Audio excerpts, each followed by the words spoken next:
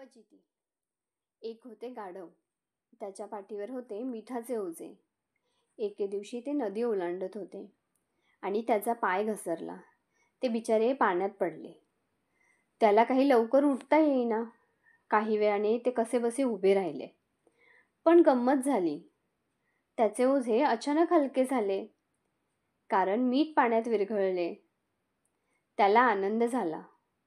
दुसऱ्या वेळेस काय झाले बरं? मालकाने नेहमीसारखे गाढवाच्या पाठीवर ओझे लादले. ते घेऊन गाढव नदी ओलांडू लागले. त्याला मागचे आठवले. पाण्यात पडले की ओझे हलके होते, म्हणून गाढव मुद्दामूनच पाण्यात पडले आणि उठू लागले. पण ह्या वेळेस मात्र काय झाले? ओझे जास्त जड वाटू लागले, कारण ह्या वेळेस गाढवाच्या पाठीवर कापसाचे ओझे होते.